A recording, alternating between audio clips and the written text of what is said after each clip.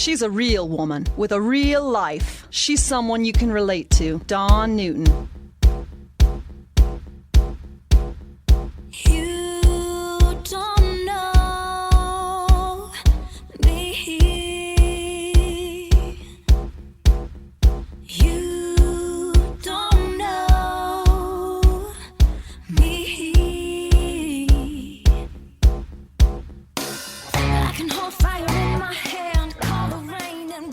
Welcome to the Dawn Newton podcast. I am your host, Dawn Newton. My guest today, I am very honored to be speaking with her again. I'm talking about the multi-award winning author, Sharon G. Flake. I first spoke with Sharon in early 2021. She joined me to talk about her new novel at the time, The Life I'm In. Since that time, The Life I'm In has gone on to become a Young Readers finalist for the 2021 Kirkus Prize. It's one of the most prestigious prizes in the world. It has also been named one of the top 20 teen reads for 2021 by two different organizations. The book, The Life I'm In, tackles a very difficult, sensitive topic: human trafficking. And The Life I'm In is about a 14-year-old girl named Char who strays far from home and is trafficked. And so the story follows her as she holds on to hope and makes her way back home. Human trafficking is a $150 billion global enterprise, and often we would rather not discuss it. Yet we as a society, we can't afford the luxury of remaining silent. We really need to put a big old spotlight on this and understand, peel back the layers, define human trafficking. You know, we think maybe it's not happening in our community. You couldn't be more wrong. It's happening everywhere. You just need to learn and become aware of the signs, who's vulnerable, who's the predator, and then what we as a society can do about it. Sharon graciously joins me again to talk about not only the novel, The Life I'm In, becoming a finalist for the Kirkus Prize, but also the difficult and sensitive topic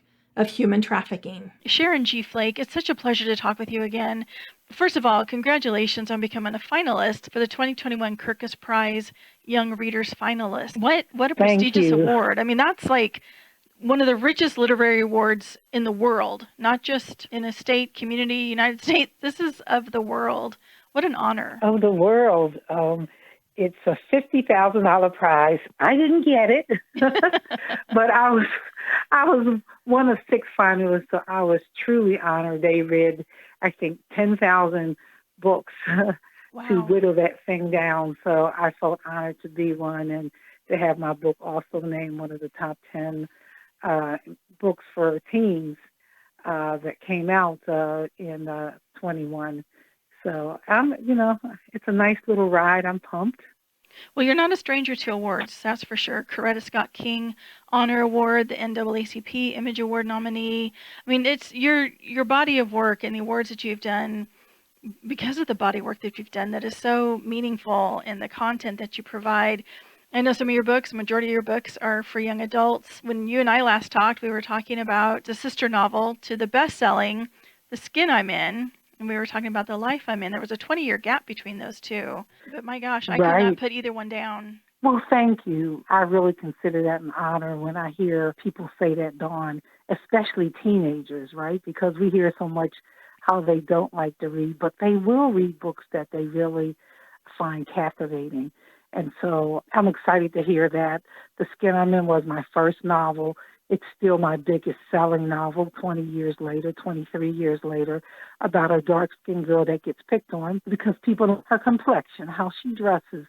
And so she has to navigate and figure out how does she like herself, love herself, regardless of what other people have to say. And she's being bullied, as a matter of fact. This year, The Skin I'm In, for the first time, got published in Italian. So I'm hearing it, girls who live in Italy, grown adults, guys, women, men, write to me and tell me about the impact of that book on their lives. Malika was being bullied, and Charlese Jones is the bullier. In The Life I'm In is Charlese Jones' story, right? So the bully gets to explain, first of all, how did she get into that state to become that person? And we also get to see how friendship and adults who really support you and encourage you can help to alter your life and your journey, and how anybody, teenager, adult, could be lured into the world of human trafficking. And you write so well, The Life I'm In, about Shar, her inner world. And the one thing I know we talked about previously, and it still resonates with me now, even talking with you again, is that whole word bullies, and how you wrote and said, bullies don't just appear. They're mean for a reason. And that's something I don't know that we always, not we're condoning the behavior, but how did we get there? I mean, we can say that about so many things. How did we get here? How do we get here? And, I think we don't always like to look at those pieces, Dawn. For me, I do. Even in my everyday life, I want to find out. I want to explore what helped you become that way. What led you to become that person? Because if we don't, then we can't solve some of our problems. And for Charlese, she's been left down 3 times in middle school. Her parents died, both of them killed, brutally murdered. She lives with her sister who's doing the best she can, but life isn't, going as well as it ought to.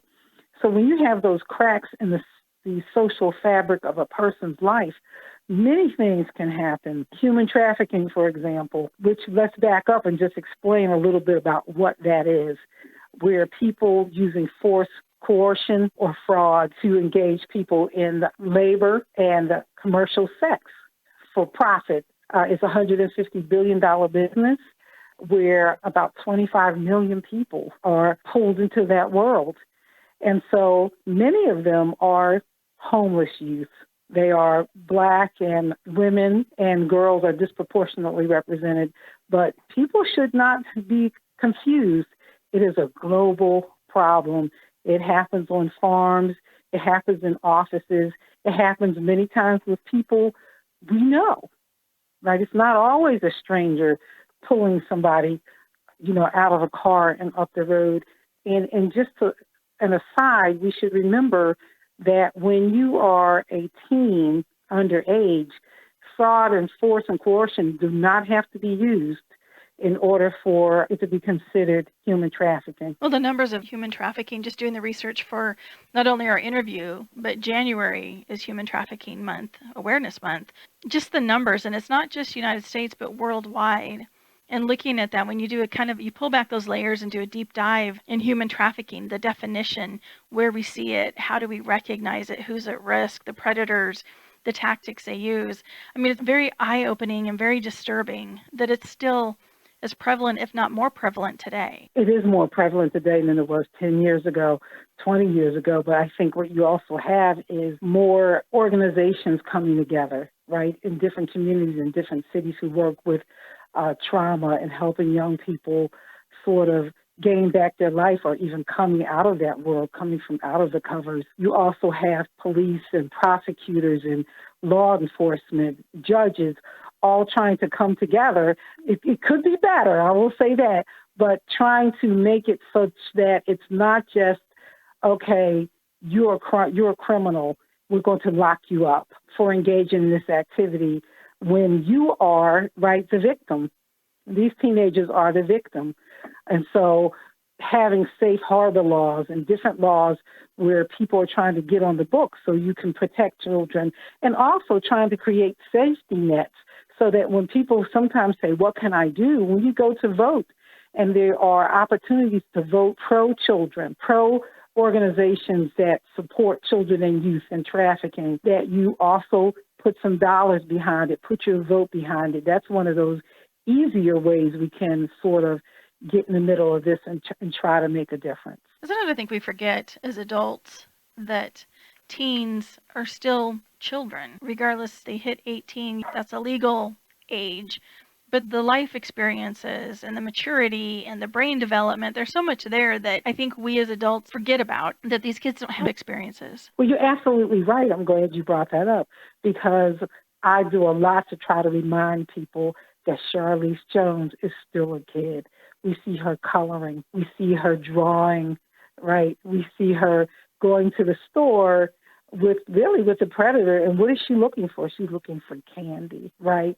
So there's all these messages, and especially because she's an African-American girl, we don't always give kids of color sort of the benefit of the doubt that she's young, that she's still a kid, no matter what we see those experiences looking like.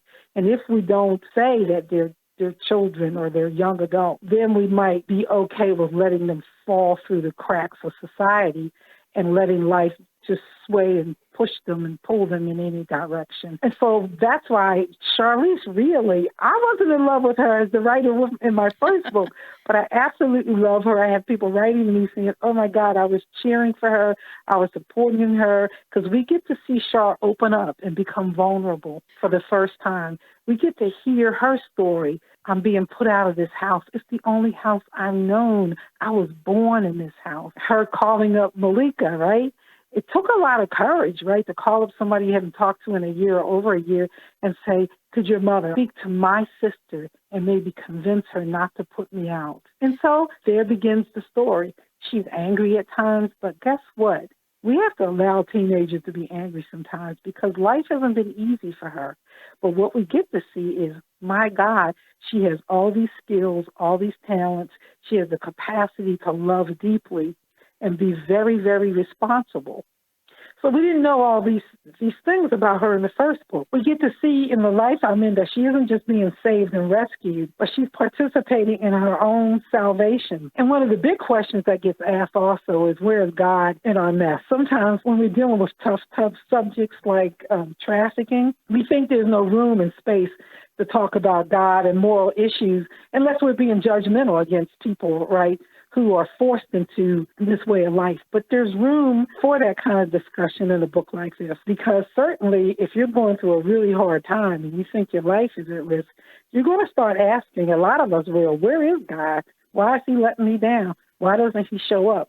Or you might say, like Char does at one point, I don't even want to see him. When you wrote The Life I'm In, now that's a 20-year break between The Skin I'm In, which actually, when you read both of them, they're just as current today as they would have been 20 years ago. When you decided to write about Char, what made you decide to bring in the web of human trafficking? Did you have other journeys that you could have taken her on? What made you choose that one? You know, I guess there's possibly other journeys I could have taken her on. I had, like a lot of people, been reading about human trafficking, ears, sort of pricked, and listening to TV news that there was sort of this uptick. And so it was way in the back of my head. Somebody asked me, would I ever do a follow-up to The Skin I'm In?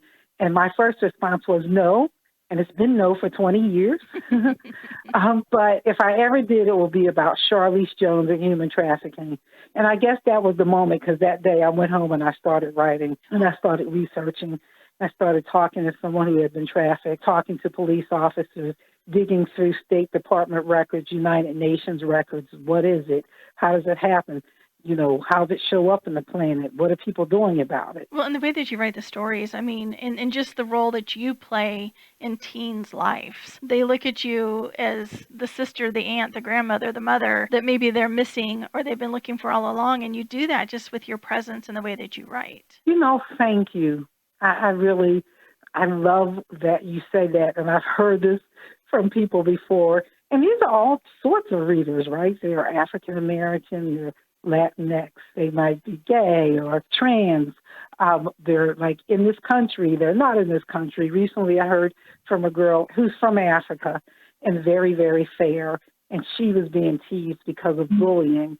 And so as a matter of fact, we're going to be talking in a couple of days. She's now living in the States, and she said, I just want to tell you how much The Skin I'm In really meant to me. And I mentioned that it just got published in Italian, but The Life I'm In just got purchased to be published in Italian. People in Europe will be able to read both of those books together. We look at teens that are struggling and going through some really, really tough life situations. As adults that maybe haven't experienced those things, looking at those youth, and some people want to discard them, not really see them or be curious about them.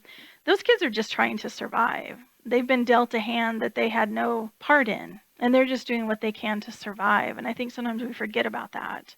Those are just some skills. They're just trying to make it through and not understanding what they're trying to make it through. Well, exactly. And when it comes to human trafficking, again, they are the victims. And it's easy for predators to find young people who are on the margins of society in a way, who might be homeless. There was a University of Chicago study, I think from 2017 or 18, that says there's 4.2 million homeless teens in America any day, or in some state of homelessness. They might be couch surfing, and sometimes we don't always see that as homelessness. But if you're going from one couch to the other couch to the other couch at your friend's house, okay, that's a form of homelessness. And so when you have that huge number of people who don't have a place to rest their head, who don't have enough food or don't have enough money or not being educated, then they're vulnerable to people who spot them and say, okay, and not just strangers. I want to say that again. It is not always strangers. Many of these people are people that might know these victims, but have some sort of access to them. Your level of trust might go up if you're hungry and you're starving or you're cold out there. And so we have to sort of make a decision as a society. They're all our children. I am my brothers, my sisters, my neighbors' keeper. I have some responsibility, and how that responsibility plays out will look differently. Part of my responsibility in that regard is that I write books like The Skin I'm In, that I write books like The Life I'm In, and other sorts of books that get teenagers thinking and reading and engaged and believing that, okay, wait a minute, maybe I'm not by myself. Maybe there is a way. Maybe there's a solution here that I never even thought about. What a journey you've been on, Sharon. I mean, just the work, the voice, being available, the awards that you've won, bringing all of this to light. What's next for you? What's the next journey for Sharon G. Flake? Well, I just turned in a third novel in this series, and it's from one of the boys' perspectives from The Skin I'm In. I just did crossing my fingers. The ink is not dry. Contracts should be coming for a picture book that I've written, and I have another picture book that I'm about to send to my agents today or tomorrow, and thinking about something historical to write. So I'm still here. I'm still writing. I'm still loving the fact that I was blessed enough to be able to do this and to connect with teens and watch them grow up. So now a lot of them are grown, and they're floating around the planet, living all over the place, and writing me back and telling me how my work has impacted their life, and they're buying The Skin I'm In for sure for their babies already. So they're just being passed from generation to generation. These books stand the test of time for sure. And I appreciate the opportunity to speak with you again, to congratulate you on your award, the Kirkus Prize, the Young Readers Finalist. What a prestigious award. The opportunity to speak to you, especially January, Human Trafficking Month. Just bringing that awareness again and then sharing your work with our listeners it's been a true pleasure and honor for me. Well, thank you, Dawn. I really appreciate it. I just wanted to leave folks with the National Human Trafficking Hotline number in case people know someone who's in trafficking or they suspect or they have questions, which is 1-888-373-7888. Well, again, Sharon, it's been a pleasure. Where can we go to find your books and learn more about you and your work? You can buy them at most bookstores around the country. If you can't find them, you can go online. But you can also reach out to me at SharonGFlake.com. That's my website. Well, again, it's a pleasure and honor. I hope to speak to you again soon. Thank you. Thank you so much, Dawn. I appreciate it. Hey, thanks again for listening to the Dawn Newton podcast, and a special thank you to the multi-award-winning author Sharon G. Flake for shedding the light on human trafficking. If you know or suspect someone is being trafficked, or if you have questions, call the National Human Trafficking Hotline at 1-888-373-7888. And if you would like to know more about Sharon G. Flake and her work, her website is sharongflake.com, and be sure and check out my website, dawnnewton.org. The Dawn Newton podcast is written, produced, and hosted by Dawn Newton.